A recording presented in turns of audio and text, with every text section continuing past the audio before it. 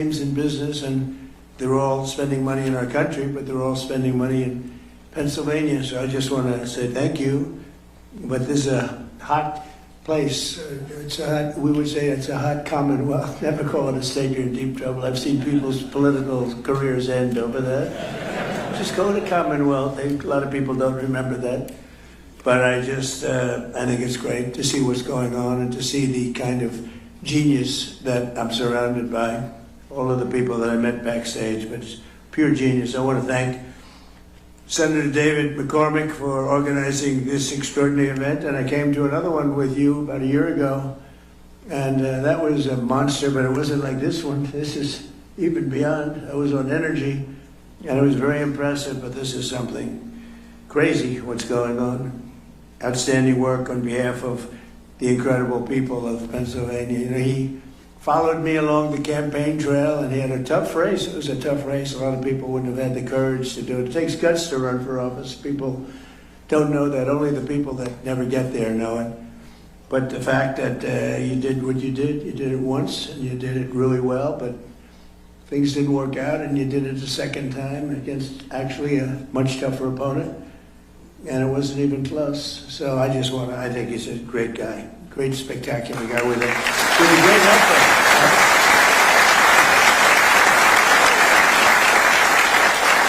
But we're here today to celebrate a colossal victory for this Commonwealth and for the entire nation. This afternoon, we're announcing nearly $10 billion of new investments in our defense industrial base right here in the great Commonwealth of Pennsylvania. And these investments will create more than 4,000 jobs. Pennsylvania workers will build the ships, submarines, trucks, weapons, and industries that will ensure America remains the strongest and most powerful nation in the history of the world. We're doing better now than we've ever done. We have $19.2 trillion. We used to go million, then we went billion, now we're into the trillions. But there's never been anything like it. The country is as hot as it's ever been, and we're doing really well with Iran. The Islamic Republic of Iran is not happy right now. Should have been done 47 years ago. Should have been done at least during the 47-year period. And it wasn't. Other presidents didn't do what was right. They should have done it a long time ago. It would have been much easier. And they want to settle so badly. They don't like what we're doing. And they do want to settle. We'll find out whether or not we settle with them or we just finish it off. But I want to thank Secretary of War Pete Hegseth. He's been amazing. Pete, thank you very much. Great job.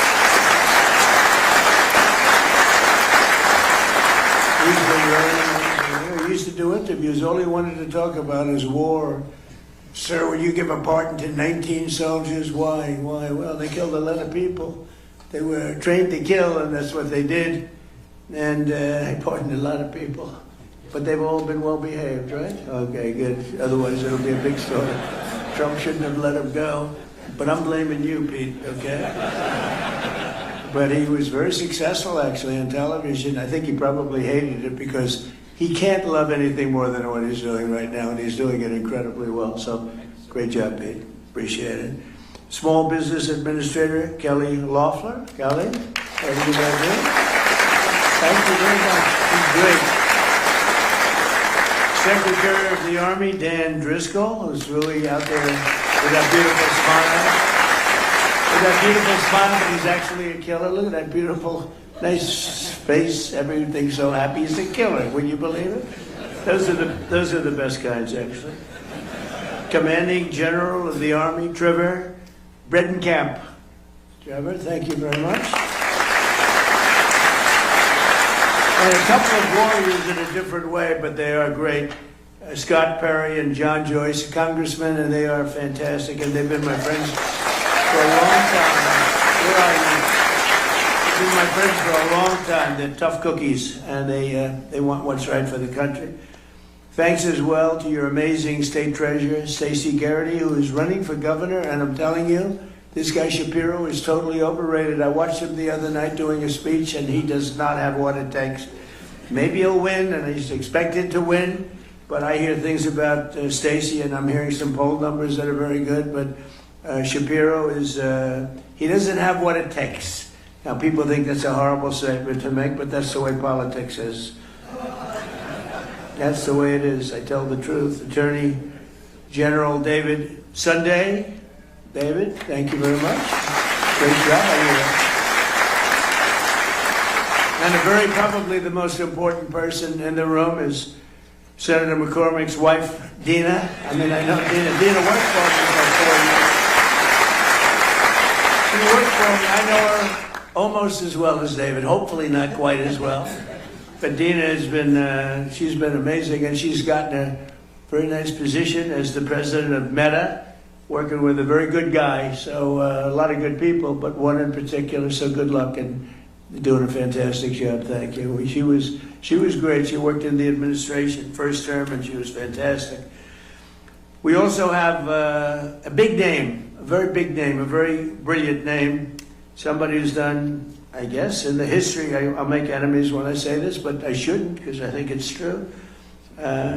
Jamie Dimon is maybe the greatest banker in this country in many, many decades. CEO of JP Morgan. Thank you, the president of General Dynamics, Danny Deep, and you know, they make the greatest submarine in the world. They just have to make them faster. Danny, will you please make them faster? That's true with all of the munitions people, actually. Faster, we need a little more speed. We have the best quality in the world, but we need a little more speed. The president of Hanwha Defense USA, Michael Coulter. Thank you, Michael. Out there. The president and total boss of Boeing, that's Kelly Ortberg, who's a terrific guy. I think he just gave me the award for being the salesman he started of the year. I said, that's not the year. Then he said, what about the decade? Nope, much more than that. So it's the salesman in the history of Boeing. I have sold more Boeing planes, over 1,000. And nobody comes close. You know what I got for that? Nothing. I get nothing. Now, if I was in the private sector, I'd say I want a piece of the company for that, right? But Kelly, you've done a great job. You're bringing it really back, and you're up to 44 planes now. Or 44. They're producing the planes at a very rapid rate, and Kelly has done a tremendous job. President of Northrop Grumman, Kathy Warden, showed us a plane that I like a lot. President of Lockheed Martin, Jim Taiclet. Jim, thank you very much. Thank you, Jim. Good job you're doing. President and COO of Blackstone, a friend of mine from the real estate wars. He was a brilliant guy. I always said, this guy's always there first. What's with him? John Gray is a real estate genius, and other geniuses. Now real estate leaders don't even have to participate, he said, but you've done a great job, and say hello to you-know-who. He's a tremendous guy. He's been a big help. Steve has been a big help. Co-chairman of TWG Global, Thomas Tull. Thank you, Thomas. CEO of Divergent Technologies, Lucas Zinger. I just saw some of their technology. It's amazing. I saw some of those things backstage. You don't want to talk about them. They're pretty amazing. CEO of EQT, Toby Rice. Thank you, Toby. President of North America's Building Trades Unions. Is the most powerful man in the room. It's Dina for the women, and it's this guy for the men. Sean McGarvey. Thanks, Sean. Sean McGarvey. Good guy, too. And the founder of Valor Equity Partners, Antonio Gracious, and he's somebody highly respected by everybody, including my family, my kids, and also helped us tremendously working at the early stages of the administration with cost, because we inherited a cost mess, and he was fantastic, and I want to thank him, and Elon, too. Elon did a fantastic job. This year we're celebrating the 250th anniversary of American freedom, and no state has been more central to protecting that freedom than the Commonwealth of Pennsylvania. Pennsylvania is where America declared its independence, where George Washington crossed the Delaware, where the Union was saved by the heroes of Gettysburg. What a war that was when you read about it. And where Pennsylvania workers poured the iron and steel that won 2 world wars and won lots of other things in addition. With today's announcement, Pennsylvania will play a key role in building the arsenal of freedom to defend our nation in the modern world. We have things happening in this state. I think really people don't know what's happening in Pennsylvania. People aren't really, literally, they're not able to even fathom what's going on. I'm just sitting back there, I thought I was very well aware of it, and then I'm meeting people, very well-known people, and they're saying what they're doing here. We got to get the word out a little bit, because this is very much of a miracle, very much of a miracle. Highly respected people. The talent and innovation in this room will keep America safe for many years to come. They are very advanced, the most advanced equipment anywhere in the world. Under the Trump administration, we've invested a record $1 trillion in the United States military, and next year, I'm proud to say, and Pete, we have to get moving on this, $1.5 trillion we're going up to. We need it. It's all made in the USA, so it's not, as shown, it's not fully a cost. You know, it's cost. We got to take something, but it's called jobs. And when you think of it that way, but 1.5, I built the military in my first term, and I used it in my second term. And as you know, Venezuela was actually 48 minutes, but let's call it one day. And we paid for the cost of that war 50 times over, more than 50 times over already. And they've been great, the people from Venezuela. The leadership has been fantastic, and we're working with them, and the big oil companies are moving in. They've made more money for themselves in the last few months than they made in the history of the country. And it's just properly, it's being properly run. They have oil, they have so much oil. You find the oil there, Pete, you just look down on the ground and you say, oh, that's oil, just drill it. There's very few places that have anything like that. But we have a great relationship with the leadership. We've worked with them very closely, and we're bringing all the big American companies in, and it's been very much of a miracle. Millions and millions of barrels a day. The spirit of our armed forces is the highest it's ever been, with every branch setting records for recruitment. And I will tell you, during the campaign, when I was running against Kamala, she had no clue, but Joe had no clue either. That's why they got him out of there. I had to run against two people. Everyone else runs against one person. You do well. Joe wasn't doing too well. He was down like 28 points. So they said, let's replace him. That's like replacing a fighter. You're doing great against the guy. I said, let's put somebody else in. Fortunately, she wasn't much better than he was. And somebody said she's leading in the polls. That's not possible. But if she is, that's fine. You got to go out, you got to win. But what's happened with the election, this was an amazing election. Think of it, we won every swing state. We won the popular vote by a lot.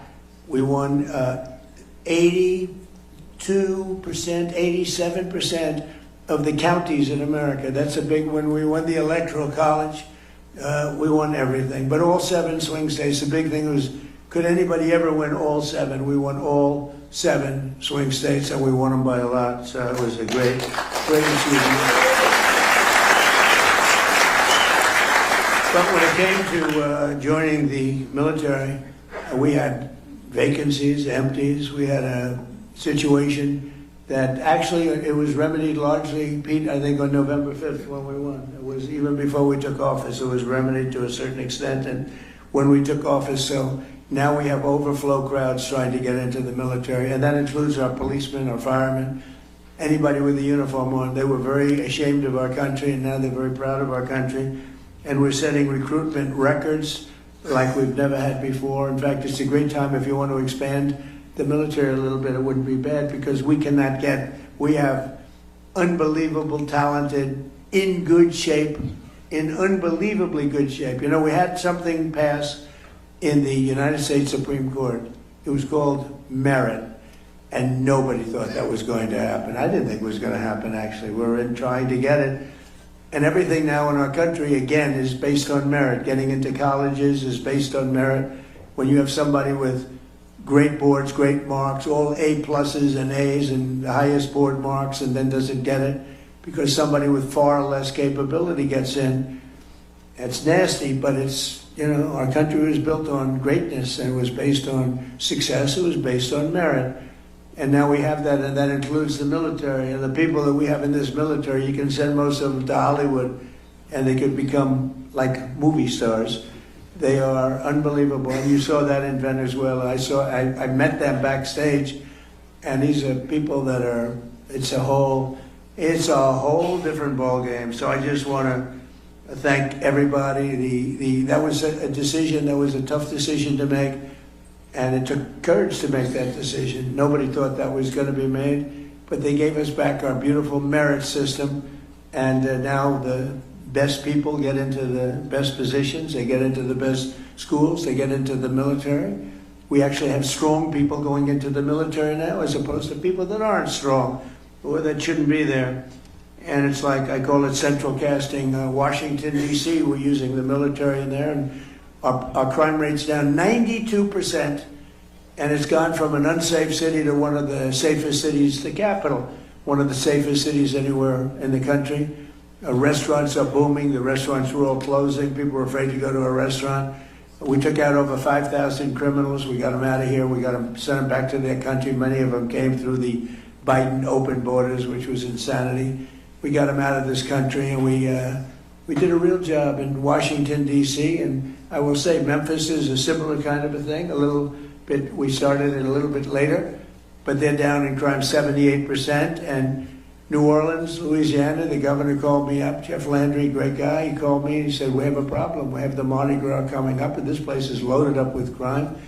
And we sent in the National Guard and others, and it was the safest that is on record, the safest Mardi Gras on record. They've never had anything like it. He called me two days later. He said, I've never seen anything like it. It's a terrible expression. He said nobody was killed. Well, that doesn't sound so good to say, frankly, in one way, but in another way, many people would be killed during Mardi Gras consistently, and now it was the safest they've had, he said, in 67 years, so it's pretty good. But we're going out for the 1.5 trillion this year, and I think we're going to be able to get it. And we're going to get it because we have so much money coming in. The tariffs have made this country so rich, and they've made this country so competitive. In order to not pay tariffs, people are coming out and they're leaving Mexico, and they're leaving, in fact, it was just announced that Toyota is leaving Mexico. Toyota is going to build one of the largest plants in the world, car plants in the world, in Texas. But many, many companies, they left us and they went to Mexico, Canada, Japan, Germany. They went all over the place, South Korea.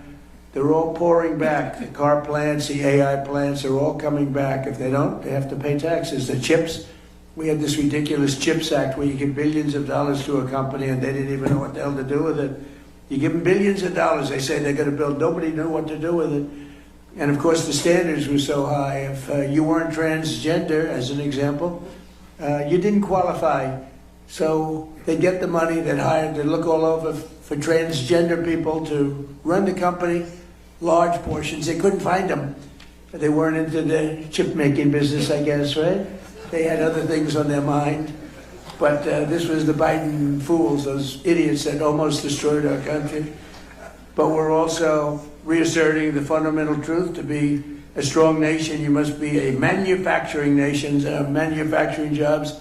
When you see these plants start to open, so we're building now at a record that we've never even, I don't think any country's ever approached this record. Again, we have 19.2 trillion being invested, and there's never been anything like it. You go back years and years, and it's China had the record with $3 trillion, and we're at $19.2 trillion. There's never been anything like it. These are going to be starting to open in 6 or 7 months. I mean, it's unfair because, you know, whoever the next president is going to be sitting up here someday and say, what a great job I did. What a great job. I did the greatest job, Jamie. He's going to be talking about what a brilliant president he is. And I'll be home and I'll be saying, that son of a gun. Because we did the job. We did the job. And we're clearing every obstacle to building the defense industrial base. And so many people, I was shaking hands backstage, they just came up and they said, we couldn't even function 2 years ago in this country. We couldn't get anything built. We couldn't get approvals. We couldn't do anything. And now we cannot imagine the change. They said 5 or 6 other people are building defense-oriented things. They said, we have no idea how this has happened to this extent. He said, we look forward to going to work. We get our approvals fast. We came up with a concept like on AI and other things that are big. Rather than going to our old, very old and fragile grid, we maintain it, but it's old and not up to date. was let go by a lot of people that were in my position. They shouldn't have done that, but I came up with the idea to let them build their own power plant. So they're building their own power plant. So, people would complain about the grid, but actually they're giving their excess electricity back into the grid. It's a phenomenal thing, but they're coming up with power. They're doing their own, they're really becoming a utility. They're becoming, actually, in addition to AI, they're also becoming utility. And they're building some of the greatest power plants anyone has ever seen. We don't want wind because it's terrible. Doesn't work. These countries that go to wind, you go to wind, you lose your way, you go out of business. Look at what's happening in the United Kingdom. Wind all over the place. Doesn't work. Too expensive. Everything's made in China. And remember, you have to replace them after 8 or 9 years. It's wonderful if they were there, but you got to replace them all the time because they wear out. The salt water kills them. It's ridiculous. And we have the oil and gas. We have a number of people back there with the nuclear. Nuclear is hot. It's become safe. And we got to keep it safe, but it's become safe. But we have tremendous new things happening. And some of these power plants that are being used for AI and other things that they're building are so far advanced from what you're used to. When you look at Con Edison, you look at the old companies, it's fine. They get the job done. But these are tremendous advancements that nobody would have ever come up with except for this group of seriously brilliant people. After decades of foreign countries ransacking Pennsylvania and all of our country, they ransacked our country and stealing our jobs, I imposed historic tariffs to protect the American copper, aluminum, steel, and many, many other projects like cars. And because of that, they're all coming back. This could have been done by a president if he knew you wouldn't have a Taiwan making 100% of the chips.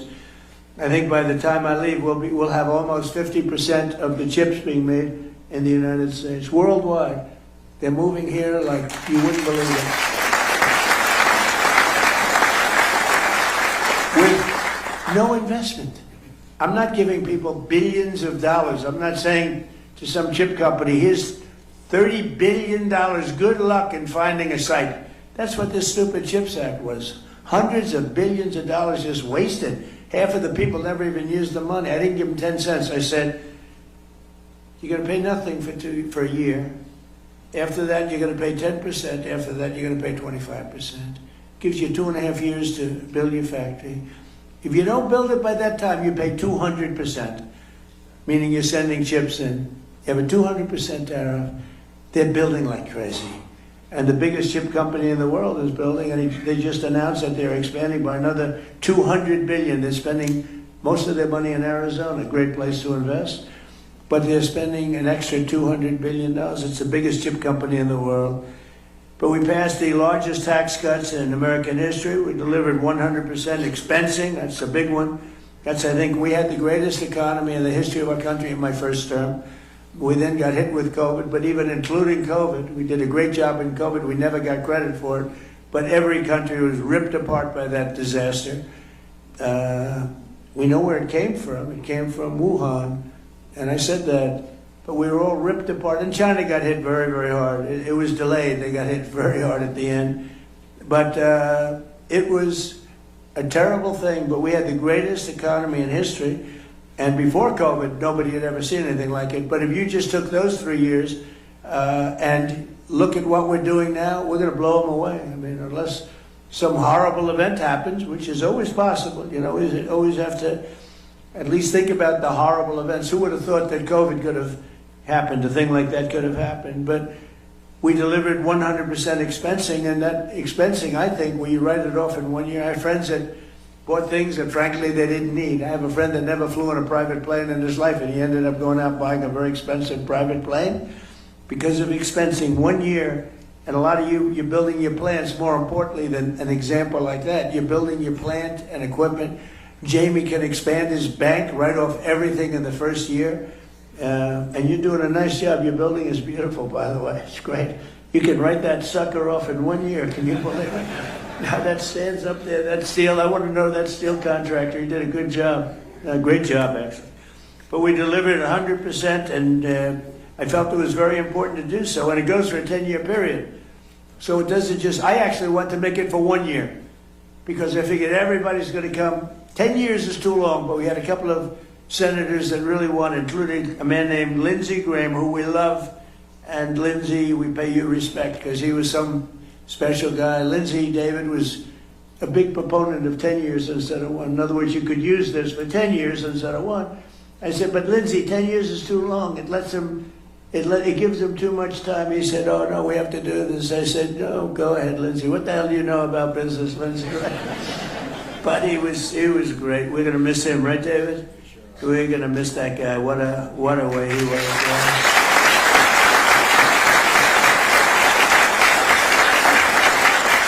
You know, he's a guy, I'm just thinking, he's a guy that some people you don't appreciate until they're not here, right? And you just saw all the quality that he had. He got things done. He could even deal with Democrats. If I needed a Democrat, I could go to Lindsey, and Lindsey would take him out and wine him and dine him and say, I got him for you, right? There aren't too many people could do that. David and I know it very well. But the expensing was so important. I think it's really what led to the tremendous success, because we had it in the first year and in the first administration. And I think that was what led to the single most important thing, I think, in terms of investment was the one-year expensing. I think people were building, sometimes maybe they shouldn't have been, but they were building at levels, and then it caught up. We passed the largest regulation cuts in American history by far, and we unleashed American energy, including Pennsylvania oil, gas, and clean, beautiful coal. We're back in the coal business. We have so much technology and changes have been made in coal. And in the Trump administration, you're not allowed to use the word coal without preceding it by the words clean, beautiful.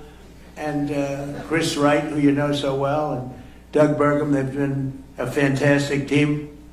And they were making a speech. And I said, nobody can say coal without preceding it with clean, beautiful. But this whole speech was on coal. And they kept saying, clean, beautiful coal, clean, beautiful coal. And I said, okay, it's enough. You know. But it is. And look, I hate to say it, but it's what China uses. They're building now 58 massive coal plants. And, they're responsible for building the windmills. And I said, how many windmills are they building in terms of using on their land? John, I want to know. If you see any, let us know. They got coal plants all over the place, but they build the windmills. But the only one they have that I know of is one that they want to use. They don't use it in terms of energy. They showed people, look how beautiful this is, as those poor suckers buy those windmills and lose their ass. But it's a terrible form of energy, most expensive form of energy. It's intermittent, doesn't work, and in my opinion, it kills the environment. It kills the birds, but it's visually, it's terrible. It's terrible. It's a terrible thing. And I'm proud to say that we have approved almost none. I think none, but we are. Everybody's under an order. No one. We don't want the windmills. We don't want them, and let somebody else use them. But everybody using them is in very big trouble. They're in energy trouble because they don't work, and very expensive, most expensive form of energy, and they don't work. And I've been saying it for 4 or 5 years, and people still buy them.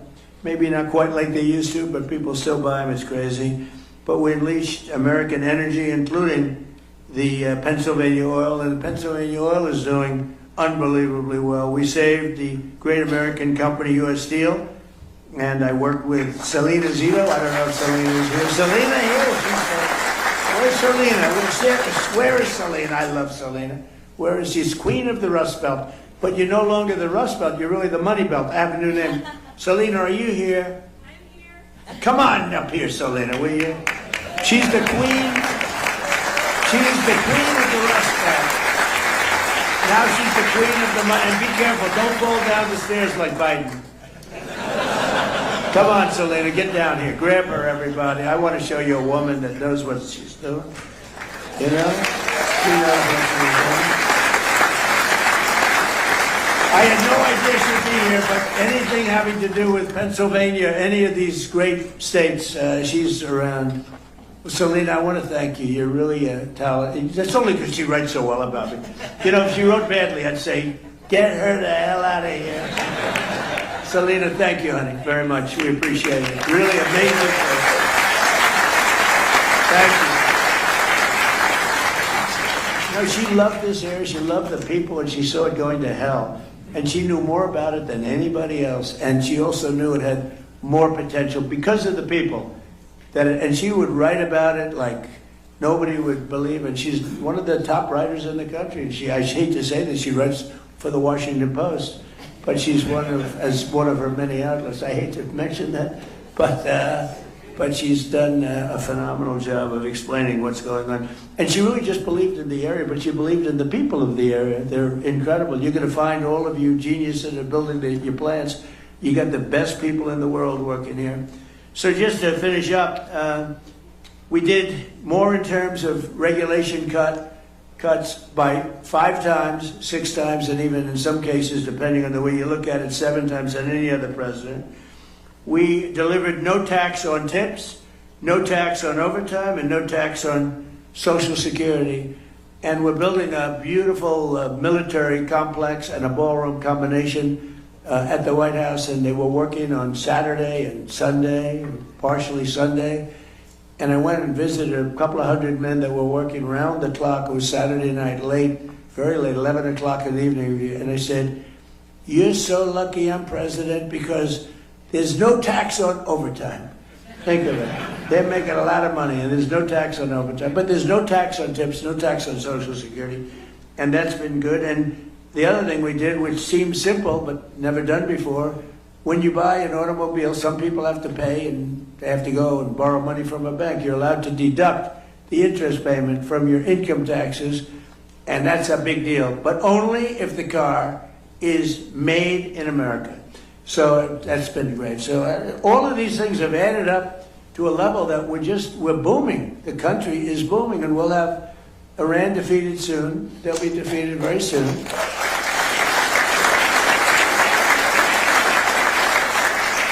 And then I guess it'll be even better. But even during this, it's been amazing. I mean, to think. So I call it a military operation, but I call it whatever you want. It's incredible.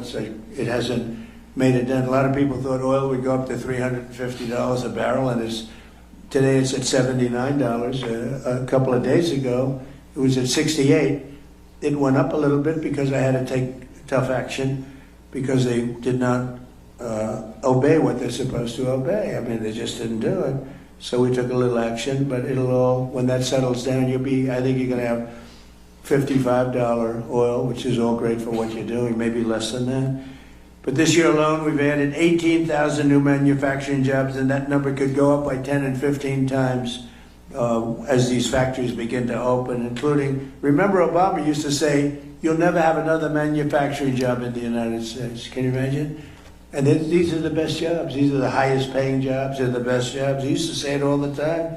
People would say, "Oh, that's so bad you talk about him that way," but he did a bad job. And he was very bad on Iran because he basically gave them the money. He made what a horrible deal. He went away from Israel and he went to Iran. And that's part of the reason that we're stuck with this whole situation.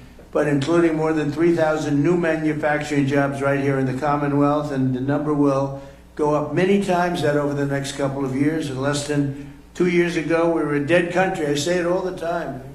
King of Saudi Arabia told me, I was with him 2 years ago, he said, "It's amazing. Just a little while ago, you were a dead country, and now you're the hottest country anywhere in the world." I just got back from NATO.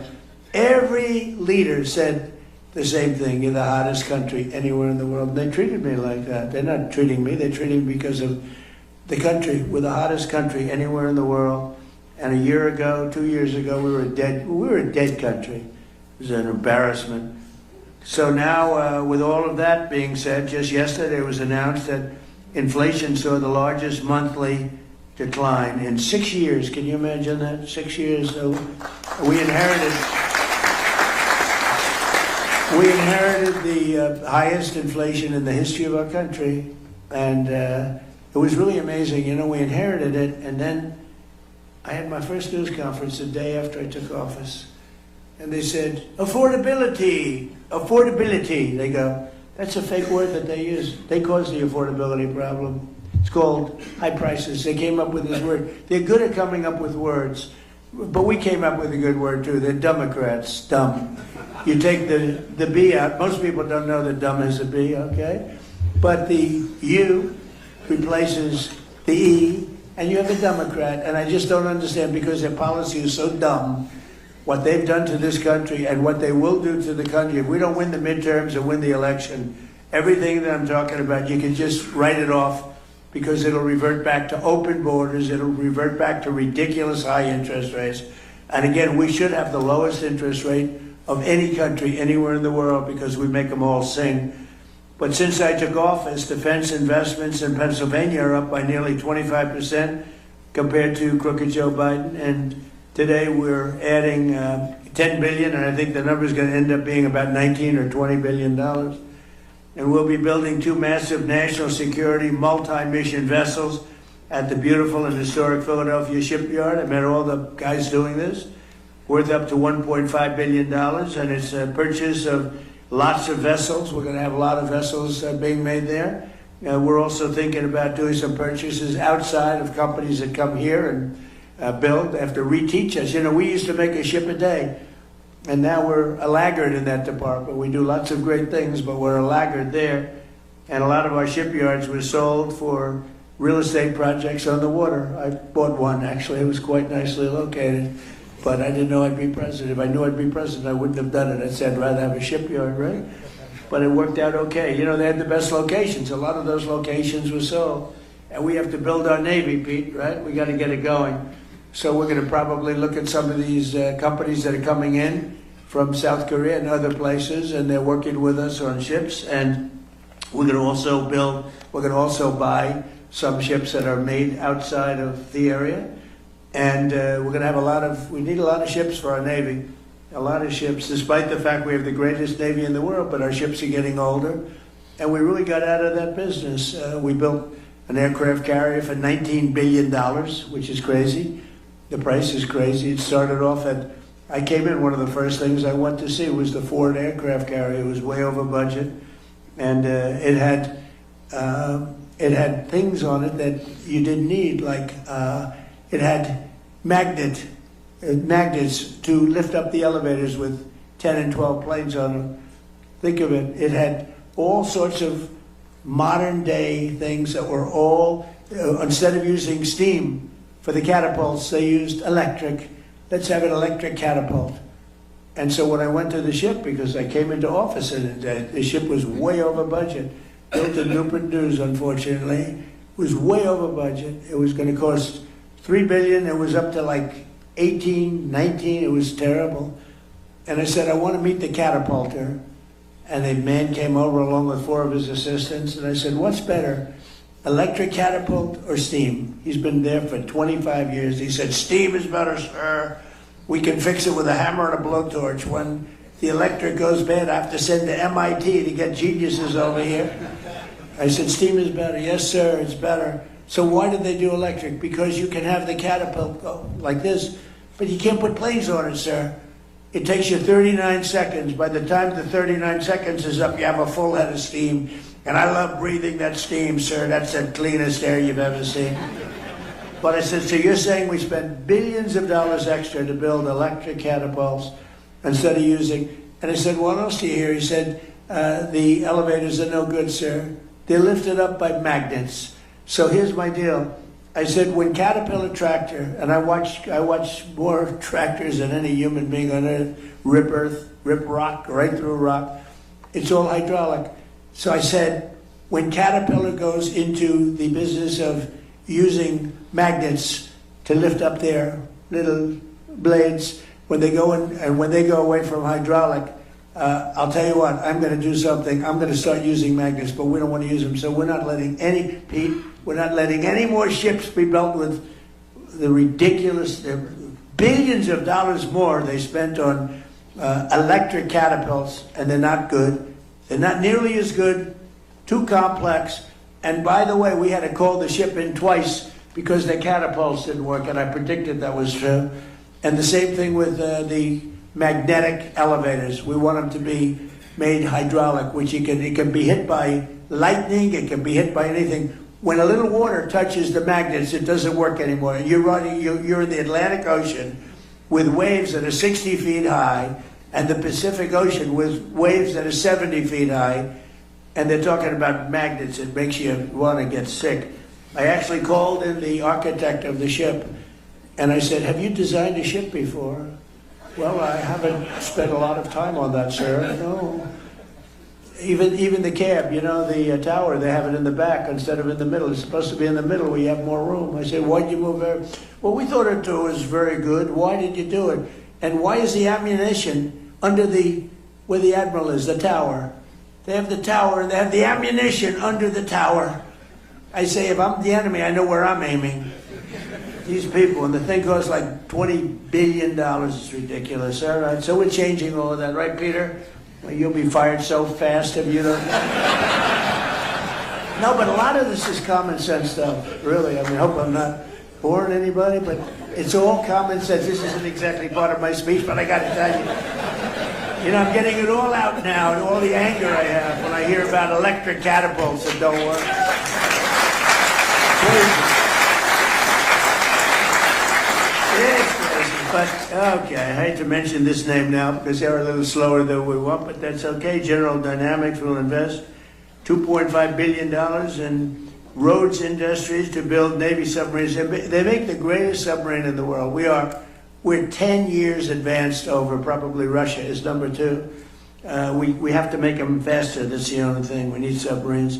But they make a great product. In all the cases we make, if you look at the Patriot missile, if you look at the Tomahawk, which is the offensive, if you look at all of the things that are better, we have to make them faster. That's the only thing. And Dan, you got to get them going a little bit, right? Yes, sir. We have to make them faster. And Peter and I have meetings with them every month, and they're all building new plant and equipment. Boeing is building it. I see, Kelly, a lot of them, 4 of them, and it's very important. So this massive new investment by General Dynamics is going to create right here 1,500 new jobs. The munitions firm Day & Zimmerman in Philadelphia will provide $2.3 billion worth of operations, maintenance, and support to the Hawthorne Army Depot. And EOS in Pittsburgh have just agreed to a multi-million-dollar partnership with the Department of War to build, oh, we love that name better. We won World War I. We won World War II. Then we decide to go politically correct. Let's go with defense. No, it's war. And I said to Pete, I said, Pete, don't you like that better? He said, used to be Department of War. And then we got politically correct. And we go in and knock out the Middle East and go home. Everybody said, why did we do that? What did we get? But we did. We had greatness, and that's what we have again. Now we have greatness again. As an example, Venezuela. Where'd you have here? When was the last time you heard that you had a war and you paid for it 50 times over? We have wars and we lose money. We have wars, we blow up something and we leave. And everybody said, what was the purpose of that? Nobody can answer the question. We don't do that anymore. But EOS in Pittsburgh just agreed to a multi-million-dollar partnership with the Department of War to build energy storage technology in support of our Golden Dome missile defense shield. We're building a Golden Dome over our country, and it's going to be a very effective one. We had 111 missiles shot a few weeks ago by our lovely friends from Iran. They were aimed at the Abraham Lincoln, which is a beautiful aircraft carrier, by the way. The SS Abraham Lincoln, 111 in a short period of time. Out of the 111 missiles shot, 111 missiles were knocked into the sea easily. Think of that.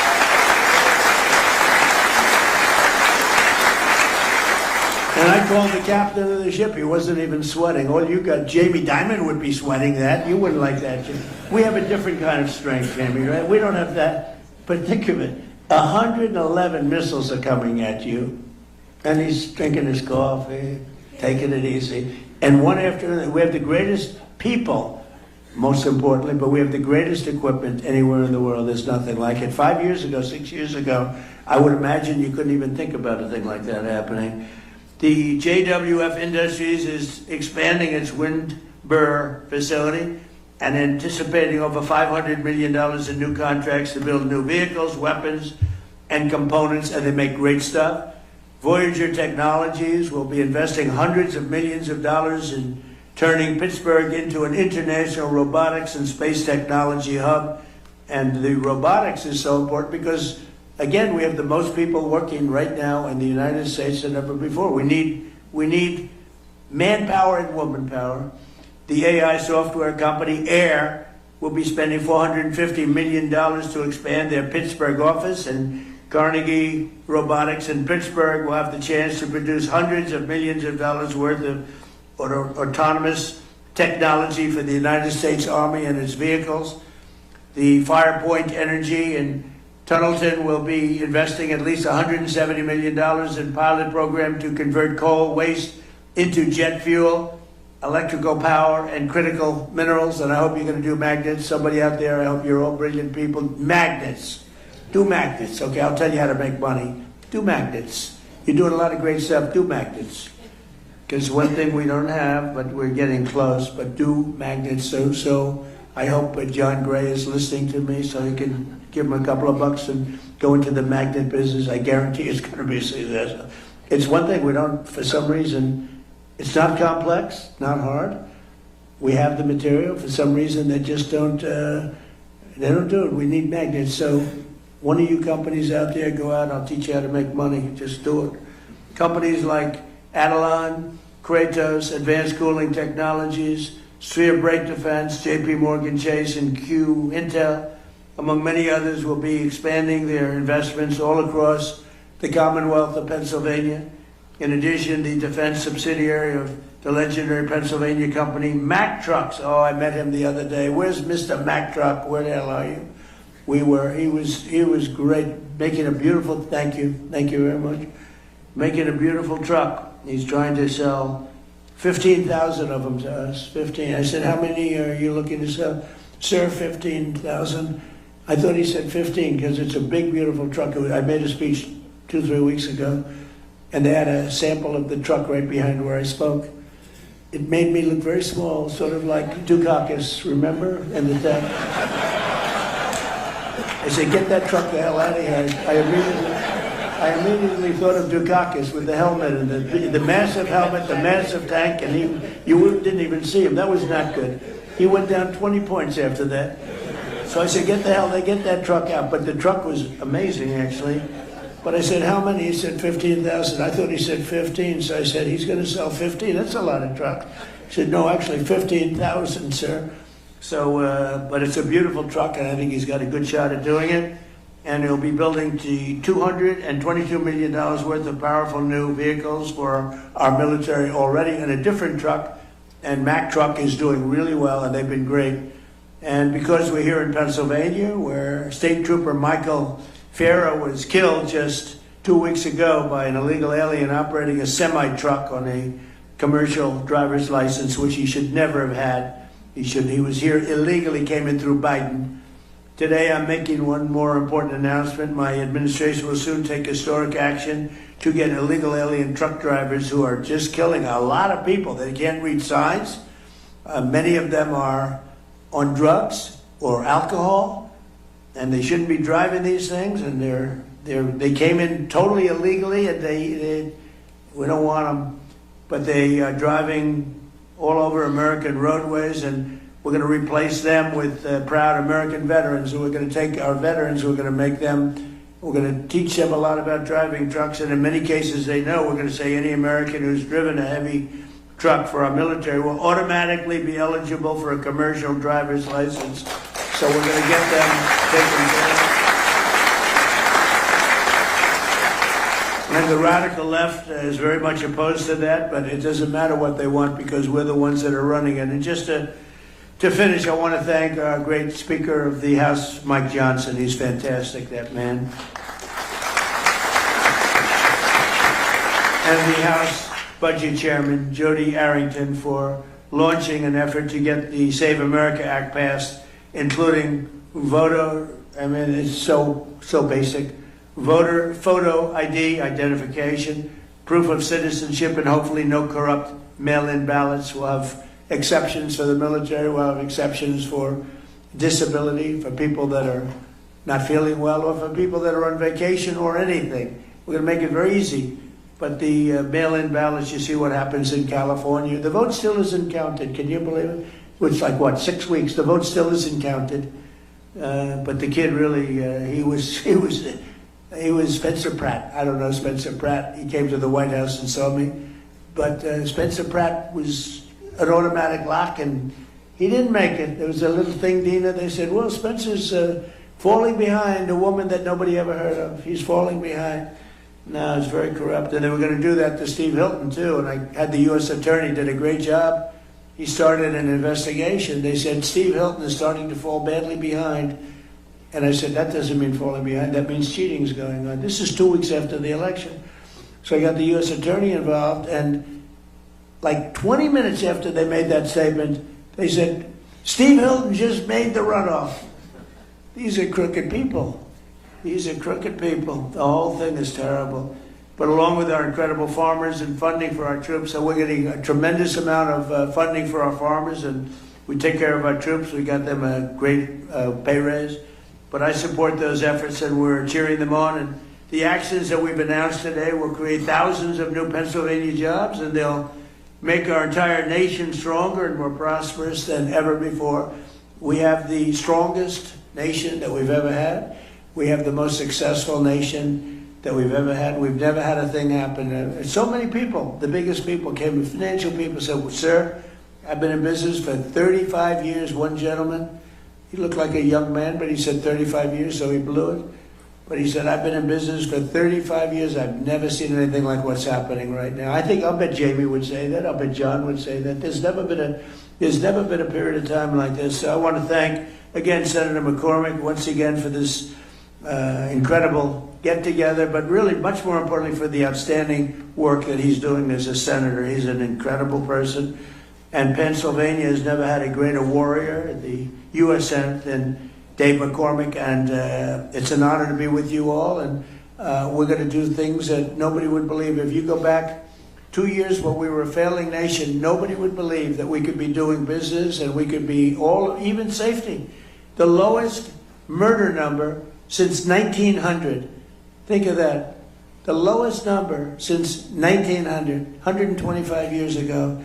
Nobody would believe we have the lowest crime numbers, despite the fact that millions and millions of people came into our country illegally, and many of them were, they're gone now, but many of them were from prisons, they were drug addicts, they were from mental institutions. We have the lowest crime numbers we've had in decades, and the lowest murder number in 125 years. So it's really been amazing. And David, I'll give it to you, I'll turn it out, but it's just an honor. I'm with so many people that I respect so much. I don't know all of you. I know many of you through reputation, through reading, but you're an amazing group of people, and you really are making our country great. Thank you very much. Thank you, Mr. President.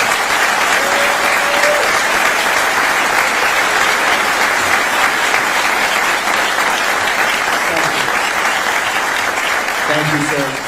We are so honored to have you here. I know you've got a special love for Pennsylvania, and Pennsylvania has a special love for you. And this is all about your vision of peace through strength. And what's happening here at this summit is really all the people we need in the room, the prime contractors, the energy leaders, the emerging technologies, the leaders in labor, the leaders in finance, all the team that needs to be in place to implement your vision. So if somebody with you, what I'd like to do is turn to the Secretary of War, let him make some remarks, and then draw in some of the business leaders we have here. And I'll say the one little story is when I was on the campaign trail with the president, one time I walked off the stage and he said, you know what I like about you? He said, you don't talk too much. He said, you don't go on and on. There was somebody else there, I won't say who it was, he was going on and on. He goes, keep it short. And so we'll all keep it short. Thank you, Mr. President.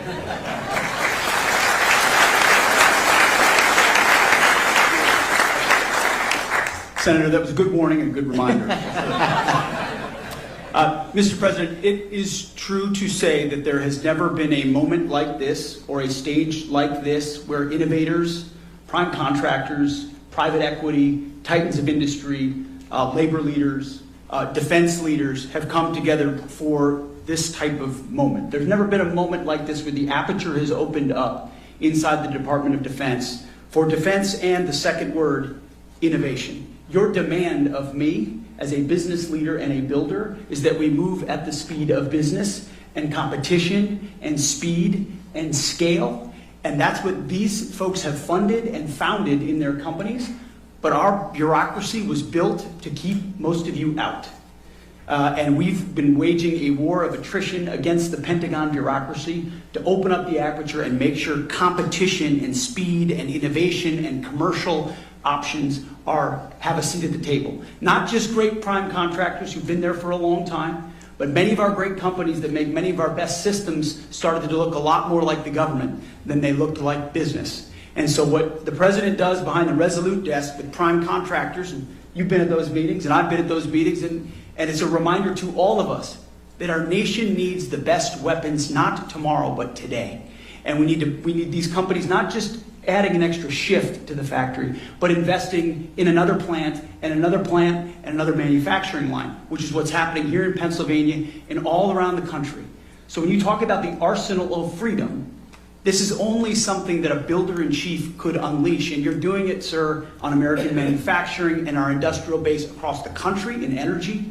But in defense specifically, this is a generational investment in the future of our warfighting capabilities that our country has not seen since Ronald Reagan, and this one is bigger. Because what Joe Biden and previous administrations did to our military, you talk about a dead country. Well, we had a dead department, a Department of Defense, that was doing things the old way, sending the same money in the wrong direction, red tape, and monopolizing certain platforms. And you said we won't do it anymore, and the American warfighter requires that we change how we do these things. And we're going to hold the big guys accountable, which is what you do behind the Resolute desk with executive orders and no stock buybacks and no more delays. And we demand that you build new plants. And then we're also going to make sure the new runners, the fast runners, the young guys, the companies, the tech companies, our best innovators have the ability to get into the Defense Department. You shouldn't have to sue your way in to the Department of War, which is what companies in the past have had to do in order to compete. I hope these companies can attest the fact that because of President Trump's leadership, we have an entirely different department.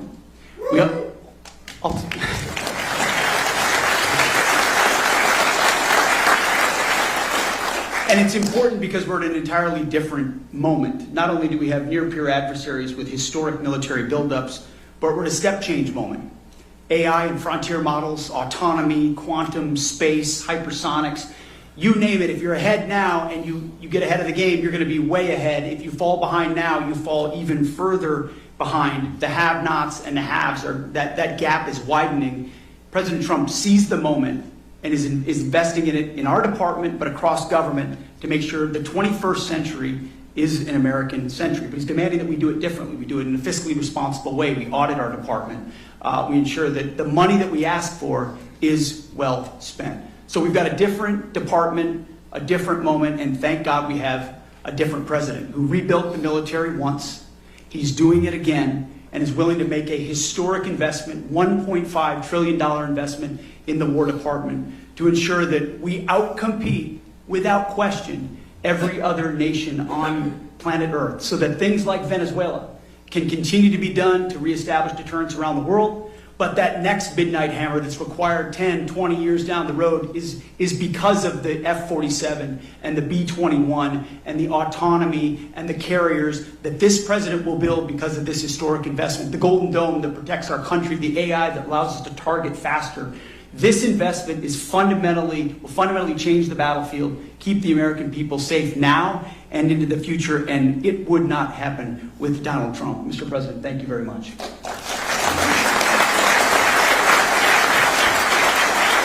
Thank you, Mr. Secretary. Thanks for everything you're doing. You know, last year, it was almost a year to the day, Mr. President, where you were in Pittsburgh for the Energy and Innovation Summit that Dina and I hosted. And one of the biggest announcements on that day was John Gray from Blackstone, a $25 billion announcement. And so I thought we might start with a year later. Here's where we are. And I think what you're hearing from the business leaders in this room, the people in Pennsylvania, is the amount of investment and the level of activity is on fire. And John's a perfect example of that. So John, if you could just give us a quick update. Sure. It's great to be here in Pennsylvania. President Trump, I want to start by thanking you for the deep commitment to supporting investment in American innovation in infrastructure, AI, and defense. Senator McCormick, I want to commend you once again, and Dina, for hosting a summit here in Pennsylvania focused on the vital national imperatives. We were together a year ago in Pittsburgh. We announced that $25 billion in digital and energy infrastructure. We said we'd do it over a decade. Since then, we've acquired multiple data center sites. We've made enormous progress in our joint venture with local utility PPL, and we're proud to report that we're on track to invest over $40 billion and do it in 5 years.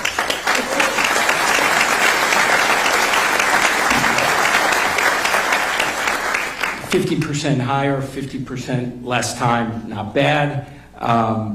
These investments will create nearly 20,000 good-paying construction and permanent jobs, deliver meaningful benefits to communities, and help ensure that America stays at the forefront of the AI race. This would not have happened without the conference that you and the President hosted last year. We also got tremendous support from the governor in terms of infrastructure development. Everybody loves to complain that things are not working in the United States. Well, in Pennsylvania, they're working the way the founders intended 250 years ago. So congratulations to all of you. I would also just say last year, we talked about building critical infrastructure to power the innovation economy. Today, we're talking about applying that innovation to our most important priority, protecting our national security. At Blackstone, we're incredibly proud to be all in on both of these objectives. Technology is, as the Secretary noted, fundamentally reshaping the national defense. It's going to require enormous amounts of private capital, not only to invest in the new innovation, but also to scale up production in a capacity-constrained world. And Blackstone is ready to help in a very big way. We've already invested $20 billion in defense and aerospace in the last 5 years. We expect the scale and pace of that investment to increase meaningfully from here. We see national security as a compelling place to deploy capital on behalf of our investors that also supports a core American interest. So thank you, President Trump, Senator McCormick. It is an honor to be here today. Thank you, gentlemen. Sir, you noted this, but one of the strongest voices in corporate America, someone who has spoken out in very similar terms as you have about peace through strength and about the need for America's military and economy to be strong, is Jamie. And Jamie's really taken this on. He's written extensively about it and made this a priority for J.P. Morgan in terms of national defense and resilience. So, Jamie, I wanted to just call on you and ask you to describe why you think this is such a priority and how the things we're doing here and the President's agenda is supporting that. So, thank you. Mr. President, Mr. Secretary, Senator, there's nothing more important for our country, and in fact, don't think it's an exaggeration to say for the whole free and democratic world, that America maintain the preeminent military supported directly by the preeminent economy of the world. It's not too soon. We got behind, but God knows this is now, you guys have ignited the American dream, and you've ignited security and resiliency. You've reignited that arsenal of democracy that we have in this country, and it's just critical. There's a microcosm in Philadelphia, obviously in Pennsylvania, Philadelphia. I was at the Philadelphia Navy Yard this morning. There's only a small piece of what we're doing. There's a small piece of what a lot of other people here are doing. That Navy Yard actually built ships in the Revolutionary War, ships in World War I, ships in World War II. It was closed down at one point, but the local government and the federal government have reopened it up. You now have ships that are going to be built there by Hanwha, a Korean company, and Rhodes Industries. They're both adding 400 or 500 jobs. People should remember when they add those jobs, there are another 5,000 jobs to be added to support it. A lot of small vendors, contractors, et cetera. And we're also helping, very importantly, to ignite that American dream part, is to get the kids, whether older, younger, whatever their backgrounds were, trained. And there's a school there, partially by Hanwha and partially by the government, to train welders. These welders get paid while they're in their apprenticeship. They get health care while they're in apprenticeship. When they graduate, I think after 16 weeks or something like that, they make $80,000 a year. That is the American dream. They go on and buy a house, get married, have a family, etc. And this is one small effort. That's one microcosm. We need to do this around the nation. In fact, to help some of the other nations around the world, friends and allies, do the best they can to rebuild some of their militaries. So my hats are off. I applaud everyone in this room who's helped with this effort. There's nothing more important to leave this world safe for our children. Mr. President, thank you.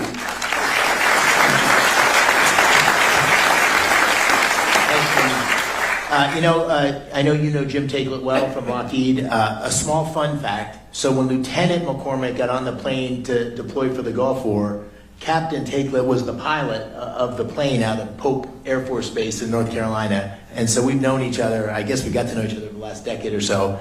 But Jim and all the major primes have big operations in Pennsylvania. And Jim, I think you have an announcement even today that I was unaware of until earlier today, which is great news. So please give us a quick update on what you're doing in PA. Definitely, Senator. Remember that thing he said to me about short. First of all, Mr. President, thank you for inspiring all of us to get together at an event like this. Secretary Hegseth, really appreciate your driving the acquisition transformation that is very much needed, as you just described. And Senator, this is an amazing gathering for organizing it. You and Dina, really, we all owe you our thanks, so I appreciate doing that. So I was born and raised on the north side of Pittsburgh. My dad was a Boilermaker. And if I could have welded a straight bead and passed his test, Sean, I'd probably be in Boilermakers Local 154 in Pittsburgh right now. But it worked out that I'm here today with you. And people like my dad from Pennsylvania, the workers that we have in this state, are why we have 5,000 employees here already. And what we're going to announce today is in our Archbald, Pennsylvania plant, where we make missile components for air defense missiles, sir. We're going to add another 700 jobs. We're going to double the size of the plant, invest $60 million, and add 160,000 square feet to that plant, doubling its size.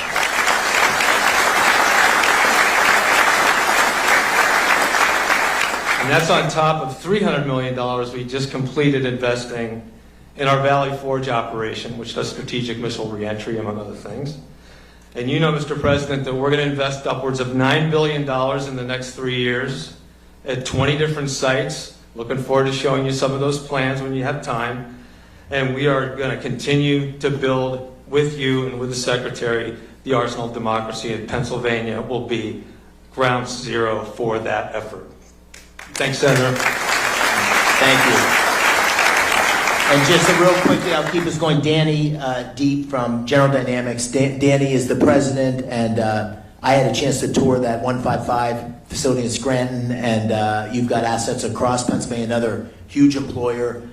Just give us a quick update on what's going on in Pennsylvania, how you see the future expanding based on what's the president's policies that have been put in place. Thank you, Senator, Secretary, Mr. President. Thank you for your leadership here at home and abroad. It is inspiring. So here in Pennsylvania, when you talk about manufacturing muscle, this is really where we have a lot of muscle. 1,100 suppliers, 8 facilities around the Great Commonwealth. Over the last number of years, we've expanded artillery production by 4x, and over the next several years, we'll see it continue to grow. You mentioned Rhodes Industries in that $2.5 billion award. Let me give you a little bit on Rhodes Industries because it's a great story. This is a multi-generation company with family ownership, and they keep their promises. And now they have 10 years to look forward and add resources. Their workforce will increase by 5x, and they're expanding, and we're doing that all over the state with all of these 1,100 suppliers. And thank you for your leadership to do that, and we're committed to deliver Virginia class and Columbia, and that's what Rhodes is going to work on, and we don't make aircraft carriers.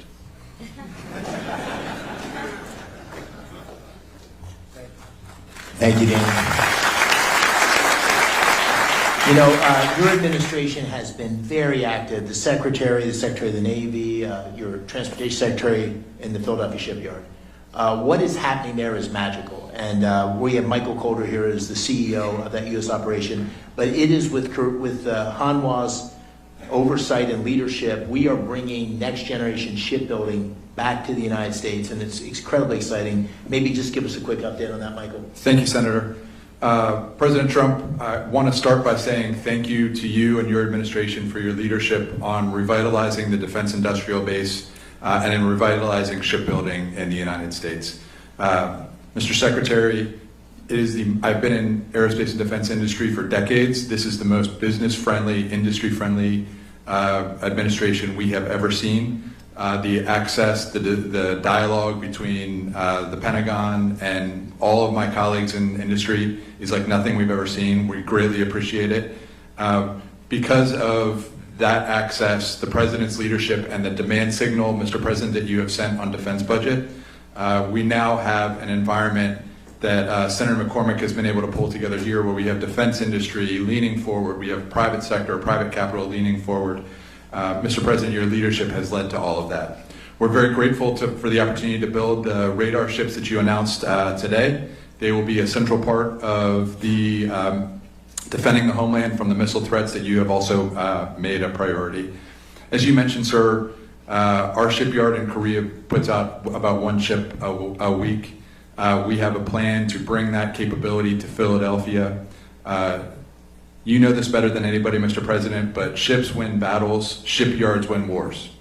And we are going to recreate what has been great in Philadelphia. Philadelphia, home to the nation, home to the Navy, home to naval shipbuilding with the first frigate. It is going to be the home to make American shipbuilding great again, and we're very glad to be part of that, sir. Thank you. Thank you, Michael. Was that right? One ship a year 2 years ago, and the goal was to get to 20 ships a year? Yes, sir. Think of it, 1 ship a year to 20 ships a year. That's the path that's happening because of the policies, the emphasis on shipbuilding. We're still not where we need to be, but a huge step forward. You know, this whole summit, also, Mr. President, we have the defense primes here, but we have a lot of emergent technologies. There's 130 booths up here, Pennsylvania companies, AI, drones. It's incredible what we're seeing. And there's all sorts of capital coming into these emergent technologies in the defense tech space. And we have at the table here 2 of the really most successful investors in defense tech. So I'd like to ask them both to comment on that, because our future, as the Secretary said, is not just doubling down on the existing primes, although they play an incredibly important role. It's bringing in new entrants and new technologies and disruptors. And that's what we need for the future. So Antonio Gracias, who you know well, has been extremely successful in this space. Maybe you could give us a thought, Antonio, and then I'll turn to Thomas Toll. Thank you, Dave. I appreciate it very much, and thank you, Dave, for inviting me. Mr. President, it's been extraordinary. You know, I've been working in manufacturing defense tech actually since the mid-90s, and there's never been an environment like this. You're right, Secretary Hegseth, never. We have 5 companies here today, Anduril, Saronic, Hadrian, General Matter. We are literally seeing an environment and change at the DOW that is allowing these companies to accelerate and unleashing American entrepreneurship in the defense area. It's truly extraordinary, and I want to thank you. We needed it as a country for reindustrialization. We also need to defend ourselves. I think about my own children. If they're fighting a war, what they want to have, that's how we decide to invest in, and clearly we want this technology. Thank you. We're very grateful. Thank you, Antonio. Thomas?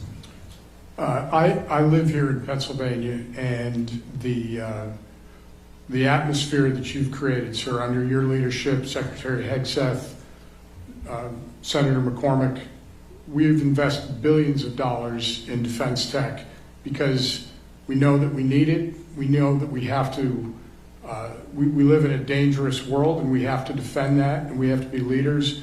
We've invested in companies like Gecko Robotics here in Pittsburgh, and without the change that you're causing, these things aren't possible. So I just want to say thank you very much, and it's going to make a massive difference for the next 20 years.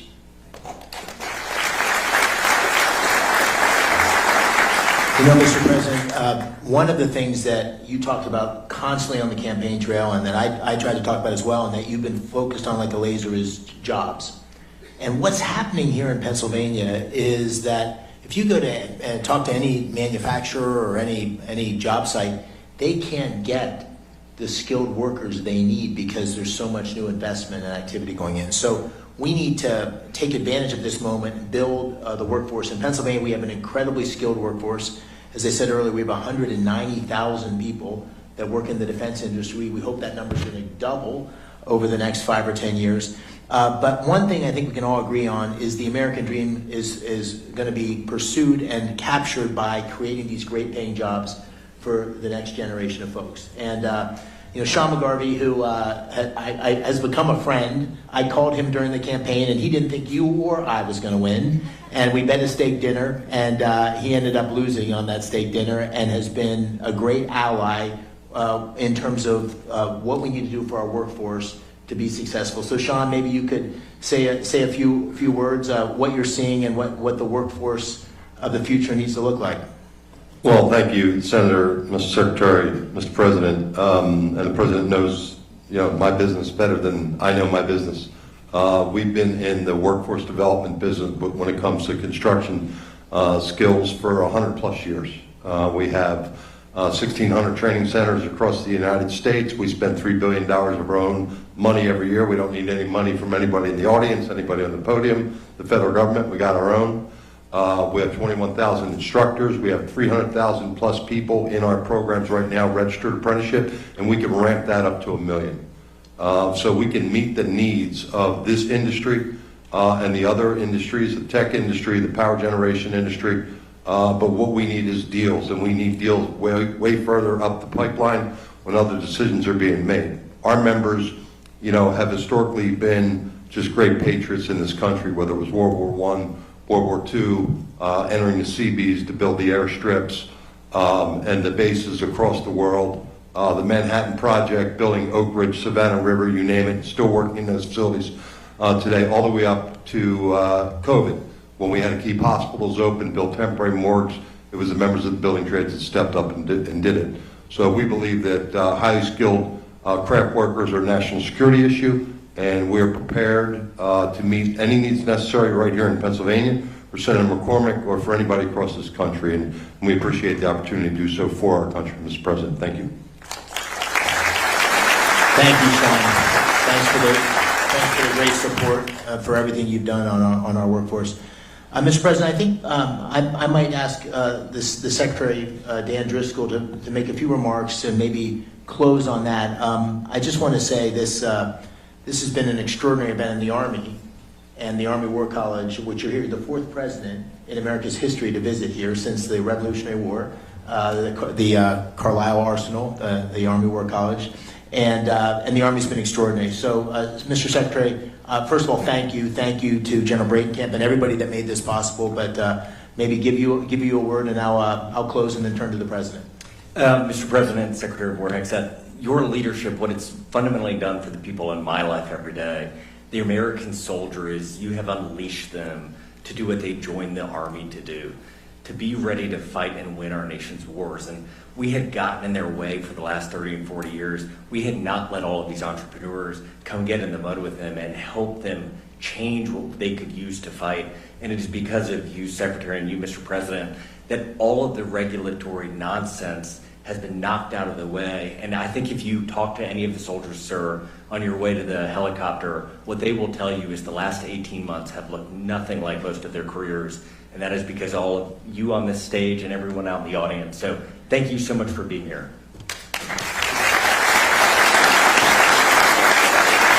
Mr. President, just let me close with the following remarks. I think we're in the middle of an enormous transformation in America that's being led as a result, or taking place as a result, of your leadership. The defense industrial base, making sure our military is ready to take on these many challenges we see, and evolves in a way that's able to ensure that we are going to remain the greatest military in the world. Under your leadership, that's happening. So thank you for that. On a personal note, I want to thank you for coming to Pennsylvania. I know it's hard with your amazing schedule, and you've done this twice. You did it last year, you did it this year. It is a catalyst for action. It's making huge things happen in Pennsylvania. Dean and I are so grateful that you're willing to do this for Pennsylvania and for our country. So thank you. We're eternally grateful, and we really appreciate your leadership.